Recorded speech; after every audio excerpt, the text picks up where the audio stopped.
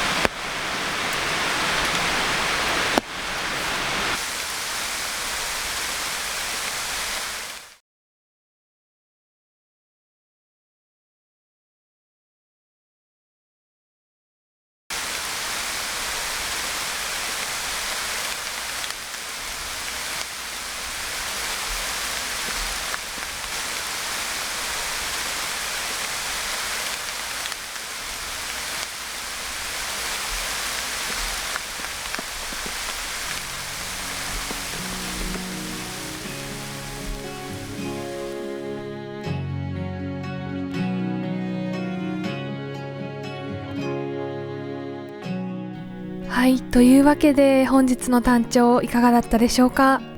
今回はボリュームアップしていろいろな野鳥の姿をお届けしました。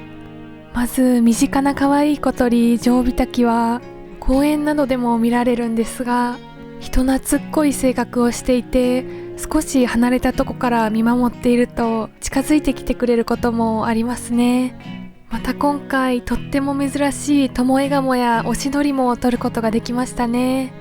ダム湖にいるカモはとっても警戒心が強くて、これまでなかなか近くで撮ることができなかったんですけれども、この時も茂みの隙間から気づかれないようにそっと待っていると近づいてきてくれましたね。今回ご紹介した野鳥のほとんどは身近で見られる種ばかりなので、皆さんもよかったら探してみてください。はい、というわけで本日もご視聴ありがとうございました。